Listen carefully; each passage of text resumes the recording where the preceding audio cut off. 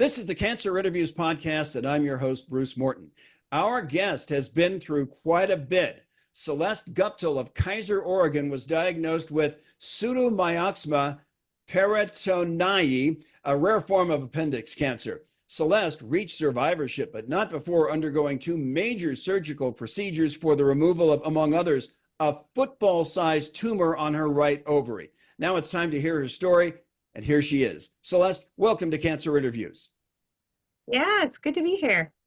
And we want to start out the way we always do, and that's to learn a little bit more about you, your life exclusive of cancer. So if you would, tell us a bit about where you're from, what you do for work, and what you do for fun.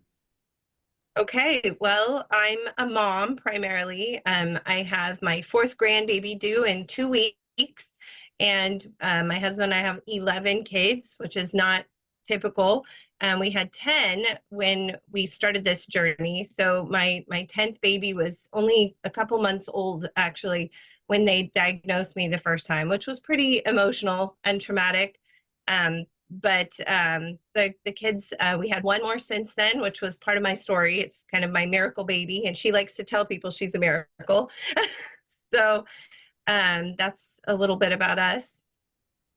Well, for all of us who are cancer survivors, there was that time in which things appeared normal until they didn't. So for you, initially, when did you notice that something wasn't quite right? It was directly after the birth of my son. I'd had 9 other kids, and I'd always expected certain things. And after him, we did a family photo shoot, and I just felt like my stomach area looked more swollen than it had in the past. And you think, well, maybe it's age. I was in my reaching 40 by then, and thinking, well, maybe my body just doesn't want to bounce back like it had prior to that. But it was actually when I started kind of feeling around my stomach, I could feel the tumor, which I didn't know was a tumor at the time. I just said, well, this is really odd. This doesn't seem like it belongs here. And I put it off for a little while, thought, maybe I was having some gastrointestinal problems, something like that, some bloating issues, which is actually, I found out later, is a really common thing that people, that's just something that a lot of people have that symptom. Because of the symptoms that go along with the way it produces this mucin and things, but I had no idea at the time. And so I ended up finally telling our older kids. One of them was home from college for Christmas, and I just told her, I said, something's not right. I don't know what it is. I'm hoping it's just, some kind of complication from after birth, but I need to get it checked out. And so she jumped in and watched her younger siblings so that my husband could be with me. And we went in and got first we just had it checked out, and they, they write bloating on your entrance paperwork, and you go, well, that's embarrassing, and, but then they did a CT scan and confirmed that there was actually a tumor, and that's what I had been feeling. And there was some other fluids, which I guess often tumors will produce certain things. And so what mine was producing was this mucin. And so then they referred me to a gynecologist who said, I can't do anything about this because it looks like it's cancer. And as soon as you hear those words, your head just goes, not me, not my life, And so that was just a really unnerving. I came home pretty shaken up after that, to tell my kids, like, they think I have cancer. And at the time, we didn't have any idea even what kind or anything like that. It wasn't until I got another appointment with a gynecologic oncologist who I love. She's actually at OHSU. But she looked at, all the things, and she said, we need to do surgery. We need to remove the tumor, and then we need to biopsy it to see what this is. And before surgery, they had said, it looks like it could be ovarian cancer, which is something that people who have 10 kids is pretty rare. Every time you have a baby, they say that your risk of that type of cancer goes down. So that was pretty surprising. And so she was actually a little bit reluctant to say that was probably going to be what it was, but for all the symptoms, that's what it seemed to be. And it wasn't until after they removed everything, she said, I don't really know what this is. It's like a cancer, but it isn't. It spreads different than most of the cancers that we deal with. And so even when I talked to her that first time, she hadn't given it a name. So that was kind of part of our just going, what is this? What are we dealing with? So I would imagine that would be kind of a double whammy. You've learned that it looks like you have cancer, but you don't have a name to it. So that would add, I suspect, Celeste, a great deal of uncertainty.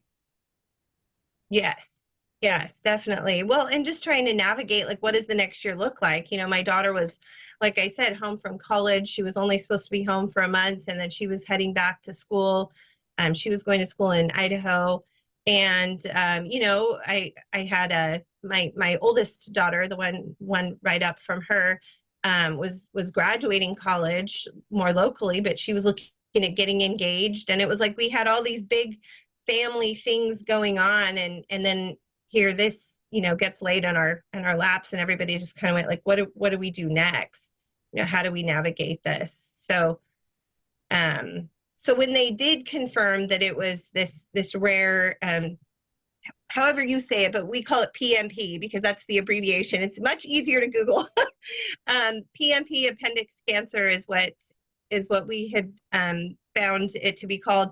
And I actually was able to get in contact with the Facebook page pretty quick and be able to ask some questions on there. My oncologist said, you need to reach out and find some support because you don't seem like you're doing very well. And I thought, I mean, I felt like I was pretty calm, but you know, when your mind feels like it's doing a good job, but your body's saying, I'm under a lot of stress. It was kind of like that, you know, where I don't think I realized how much I really was shouldering. By the way, we're confident you'll be able to learn some tips and tools to help you through your personal cancer journey. But first, we'd like to invite you to please give us a like, leave a comment or review below, and share this story with your friends. Kindly click on the subscribe button below and click on the bell icon. That way you'll be notified the next time we post a cancer interview. And if you or a loved one are facing a cancer diagnosis, please click on the link in the description and show notes below to check out our free guide, The Top 10 Things I Wish I Knew When I First Got Cancer. Finally, we want to remind you that on Cancer Interviews, we are not distributors of medical advice. If you seek medical advice, please contact a licensed healthcare professional. Now, Celeste, by the way, you referred to OHSU, which is Oregon Health Sciences University in Portland, which is about an hour north of where you live. So, Yeah. Anyway, you found that you have this rare type of cancer, and I suspect surgery was next. Tell us about the procedure and what it sought to do. Yeah, so the first surgery was with my gynecologic oncologist, and that was just to biopsy what was in there. That was before they officially diagnosed anything. And so I think I had told you before, it was pretty emotional to go through that, partly because I did still have a baby. I was nursing. I had nursed my other children, and I wanted to continue doing that. And my oncologist was fantastic. She was a mom as well. In fact, she's since had her fourth baby, and so she was really sympathetic to where I was at. And when I was in recovery, she actually put me on the maternity floor just so that they would be especially sympathetic to my wanting to try to, you know, get back with my baby, and he could actually come and visit. So the first surgery was just to remove that tumor. She told me that they had planned to do a hysterectomy, which could also make that recovery more difficult. And that was another piece that was kind of a miracle. I felt like this was just pre-COVID, and so families were still able to come and be in the waiting room. And I had an amazing support network. My aunt came, my parents came, my cousins came. I mean, everybody was in the waiting room. And when the doctor decided, you know, she was trying to decide if she should take my uterus, I was on the operating table, and she came out into the waiting room and actually consulted with my family and just said, you know, it doesn't look like the cancer is in her uterus, but I'm reluctant to leave it because if it is, it could spread. And, so she went back in and they didn't know what she was going to decide. And they just started praying and, just saying like, what's the next step going to be? And they did end up keeping my uterus, which was why I said my youngest daughter is tied into my story, because we did end up naming her after the oncologist. So that was kind of, we felt like a first miracle. Celeste, it sounds like emotionally it was an easy call for you to avoid the hysterectomy. But from a physical perspective, to any degree, did you feel like you were rolling the dice by going in that direction? Not the first time. I think the first time I knew that she was a gynecologic oncologist. I knew that she'd seen a lot of this and that she knew she had our blessing. If it looked like there was anything wrong, that, we were fully supportive of that. We'd signed all the papers. That was fine, but it was going to make that first year for my son more difficult. And again, from her perspective as a mom, I also knew that she was really sympathetic to where I was at, and just that I had, wanted to continue being able to nurse him. So I think she had a really balanced perspective of looking at it and saying, well, there is the risk, but. And actually, when we got to, I don't want to jump ahead too much, but when we did end up being referred to MD Anderson and ended up finishing treatment there, the doctors at MD Anderson said they were so thankful that she had done that, because oftentimes doctors who think it's ovarian cancer or something treat it really differently. And they do, and I'm not a surgeon, so I don't know, but they do the surgery differently than they would if they didn't know that. And so they said, even though they do end up usually getting a full hysterectomy when they get to MD Anderson, they were really thankful that she hadn't done that beforehand, because it wouldn't have been done right, and it can actually cause more spread. So I did not know that, but it was definitely part of the plan. Celeste, and I want to get to the part of your journey that includes MD Anderson, and we're going to get to that soon. But if you would, describe your post-surgery diagnosis. You had a post-surgery diagnosis in January of 2019. And what did that entail? So that's when she first mentioned that it was this, she called it like a cancer that isn't really a cancer. And I didn't really understand, I had her on speakerphone with my husband. We're both kind of sitting there going like, what does this mean? And we had gotten all of the pathology back. And so we're trying to kind of read over it, and she's trying to explain it. But basically, appendix cancer, or this type of PMP, doesn't spread through lymph nodes the way that other cancers do. It remains in the abdominal cavity, and it spreads through the mucin, which is why I was having all that buildup of mucin. That's actually the way the tumors spread. So it was just a really different, she had never studied anything like it before. It was something she had never seen. And so she started trying to refer me to other people. And OHSU at that time, while they have an incredible program, they didn't have anything that was specifically studying this. And so a friend of mine said, you need to go to MD Anderson, you need to get a specialist. And when I posted that on the PMP Facebook support page, that was the first advice that I got, was definitely pursue a specialist. And there was actually a gal up in Seattle who had written a book fighting with the insurance companies to being approved for out-of-state care in cases like this, because insurance companies don't want to pay the extra money to put patients where they're really going to get the best treatment. They really just want to save their budget. And so we did have a little bit of a fight with the insurance in the beginning, but as soon as we got the referral from the oncologist at OHSU, they approved it, and we had everything looked like it was in network, even though it wasn't, which was another miracle because those can be very expensive. So it sounds like your decision to go to MD Anderson, which as cancer hospitals go, is in the big leagues. It sounds like that was an easy call. What procedure awaited you at MD Anderson? So when we got to MD Anderson, I thought that they would want to do another surgery right away, which again was kind of intimidating. But they said, this is a slow growing cancer. And so he said it would be better for your body to get a little bit of time to recover before doing another one. So they recommended 6 months as kind of the maximum they wanted to go, but they wanted at least kind of that 6 months. And so before that, they did all of my initial labs. You know, they do the blood work and they check where your levels are, which is another kind of odd thing about this PMP, which is why it has that pseudo in the name. It kind of masks itself as other things. And so so they found it to be pretty difficult to nail down. Your blood levels don't show the same kind of cancer levels that a lot of other cancers do. And so but they still check it, you know, but it's just interesting that their levels aren't always a big sign of anything. So they did that. They did another CT scan to see if there was anything that they could visibly see remaining from the first surgery that had been missed. And the first thing they told us is that they had removed most of my omentum, which I had never heard of until I had this surgery. But the omentum is kind of this fatty layer that as men get older, they described it to me that that's kind of where they put on their beer belly. And so the omentum, though, is where oftentimes these abdominal cancers will implant.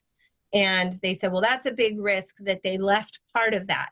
And so that was the first thing they knew for sure they were going to go in. But they said it's really hard to see this without going inside and actually doing the surgery. So what they recommended was to do HIPEC, which is I'm going to mess it up, but it's like a heated interperitoneal, and I always forget the ending, but peritoneum being the abdominal cavity. And they actually heat this chemo treatment up to, I think it's like 104 degrees or something.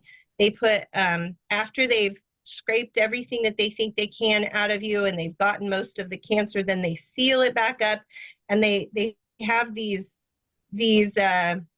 operating table actually moves so that it swishes around in the cavity while you're under. I mean, they do this for a number of hours. So it's a pretty long surgery. I think the average is like 12 to 14 hours because they want this heated chemo to basically kill off anything that may have been left behind. And then they open you back up, wash all the organs, check one more time before they do a final sealing up. And so that was what the recommended treatment was. And we just went home going, oh my goodness, what is this? And they said, well, it could be on this organ or this organ or this organ. And you could end up with a GI bag. You could end up with, you know, a full hysterectomy. You might end up with some of your intestines gone. You know, they're telling you all these things. And then you sign like 4 pages of maybe it's this, maybe it's this, maybe it's this. And then so we had to go home and wait another 6 months of going, oh my goodness, what are we even doing? You know, so that was kind of the beginning of our journey at MD Anderson. Okay, I want to address this in chronological order. I want to talk about the procedure, but before the procedure, there was a 6-month waiting period. So right. First there's the waiting period, then there's the logistics. You're in Oregon, MD Anderson is in Houston. The combination right. of those two things, the waiting and your care team being 1,000 or more miles away, did that bring its own type of uncertainty? I think for me, it was really, really important that all of my doctors were communicating with each other. So I made sure my primary care physician knew what was going on, and I signed all the documents that she could share anything she thought was important with my gynecologic oncologist that I was going to continue working with, Gina Westhoff up at OHSU. And then I signed all the documents for her to be able to communicate with Dr. Fournier, who was now going to be the surgical oncologist. And I just wanted everybody to be able to communicate and learn from each other and obviously give me the best care that they could. So again, we just kept feeling like we were in really, really good hands. Everyone was just really sympathetic to where we were at. I don't know that you can meet anyone at MD Anderson that doesn't have a cancer story in their journey. They specifically hire even the tram drivers, the bus drivers that are there to shuttle you from your hotel to the hospital, have a cancer story. I mean, the security people standing at the front doors have a cancer story, someone they knew that was impacted. So the compassion there was just overflowing out of the building. They had encouraging verses on the walls. And when we went back after my surgery for follow-up care, it was during COVID, and that was a little bit different. But at the time, it was just a really incredible environment. So that gave us a lot of peace of mind, I think. Celeste, I want to get to the HIPEC procedure itself, but you brought up a term that in the 125 or so interviews we've done that I'm hearing for the first time. And I would like you to explain a little bit about this to our viewers and listeners, and that is heated chemotherapy. We've had a number of guests, not all of them, but many, who have gone through chemotherapy, and depending upon who you talk to, it's never pleasant. It's a matter of degrees just how unpleasant it is. Was heated chemotherapy unpleasant for you, or did you not notice it all because you were not notice it at all because you were under the whole time? Yeah, it's a pretty rigorous, I guess, recovery. I didn't notice the chemo itself, obviously, because I was under anesthetics and completely out for the entire procedure. They did videotape it, and he was willing to show me some photos after, because I'm kind of a weirdo. I like anatomy and all that kind of stuff. It's weird to look at it though and go like, that's me. But he was a great doctor. But yeah, so I didn't notice that part as much. But in the aftermath, they had told me things like you can't eat right away. I didn't know how extensive some of these things were going to be. So you get I think they call them an NG tube, which is the only way they filter the gunk coming out of your body through your stomach and out through your nose. It's very, very painful. It was very painful for me. And then they have tubes in your chest space, also as like a drain. And I found out my ribs were especially thin. So they used the smallest tube that they possibly could, but I still had my lung collapse. That was another sort of unexpected. And then just your energies, I guess it's just, I think it was day 3 before I was really cognizant to really remember things that we were having conversations, or know what we were talking about. So the recovery itself was hard, but then you get this weird, like clammy skin, which they said was some of the chemo thing. And that lasted for a while, where you almost feel like there's like a greasy something. I can't really explain it, but it felt like kind of waxy, which was unusual for me. I usually have really, really dry skin, and it felt strange. And you do lose a percentage of your hair. Different people lose different amounts. And they said it's not necessarily from the chemo, but from the trauma that your body's, gone through. So different people have different amounts of that. Mine had a lot of thinning, but I never felt like I needed to.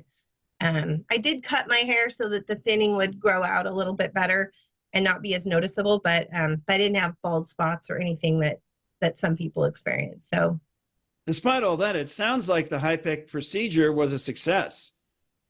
Definitely. Yeah. And he said that immediately. He felt pretty confident that he had been able to find all of the tumors, which again was just such a great reason to see a specialist. He knew exactly what he was looking for. He went in there, and my husband pressed him on that because we had heard horror stories of people who had gone to unexperienced doctors and that were really just doing kind of experiments on them and trying to do the best they could. And so in the aftermath, he said, no, I really questioned him. What were you looking for? How were you able to see it? And he pulled up again those photos and showed my husband, like, see right here, see how you can see this. This is microscopic, but here it is. We could find this spot here, and this is what we were looking for in the tissue or whatever. And so, just a really incredible team. And Dr. Fournier had really, really studied this particular thing. That the first man who started trying to treat this type of cancer was I think it was like 1982. It was Dr. Sugarbaker.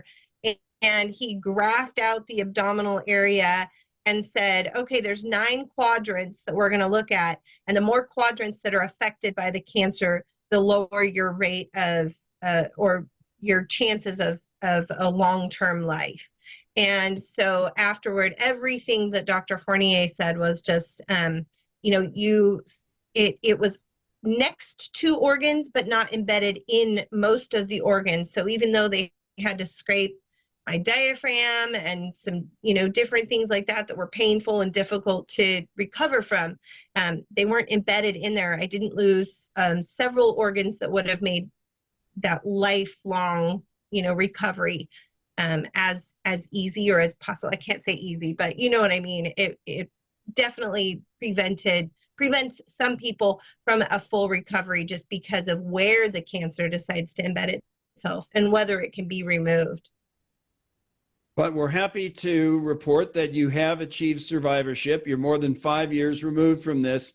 So I have to ask physically, Celeste, is there anything you cannot do today that you could do pre-diagnosis? I don't think so. Excellent. Well, you were diagnosed with a rare cancer, and it sounds like you were able to check both boxes in that you were able to identify a good care team, which I think you know far better than I and most people is easier said than done, and that you did have a source of support, because that is not always the case with people diagnosed with a rare cancer. Right. So we're glad that part of your journey went well. We're going to wrap up now, and we're going to wrap up the way we always do, and that's to ask you that if you encountered somebody who had been diagnosed with PNP or some other rare type of cancer, they might have a lot of questions, you might have a lot of answers, but if there's one point you would want to make sure that it's sunk in with that person, something they would remember when your conversation was over, what would that be? Well, I think the biggest thing that I've seen that was a little bit different about my journey versus some of the people that I've connected with is that my oncologist was very quick to let us know that this was outside of her expertise and that she did need to consult with other physicians to see how to move forward. And I think a lot of them almost seem like, well, I think I could figure this out. And while it is a practice, right? Doctors are practicing medicine, are practicing, their specialty. This particular thing, I think what really gave me confidence was getting a specialist. And there is lists of specialists available. The PNP PALS has worked really hard to create a website that people can go on. I don't know the exact web address, but it's called PNP PALS. And they have a list that they're constantly updating as there's more research. But it is hard to get funding for that particular type of cancer because it's rare. So if they could look up some kind of support that has specific people, specialists in that field, I think that really, really helps with the longevity and the ability to recover. Excellent. Celeste, thanks very much for sharing your story. It's one that someone, if they're diagnosed with PNP or even another rare type of cancer, yours is a story that should be uplifting and informative in terms of finding the right care and locating some support. So Celeste Guptill, Keizer, Oregon, thanks very much for being with us on Cancer Interviews. Thanks so much. Thanks for inviting me.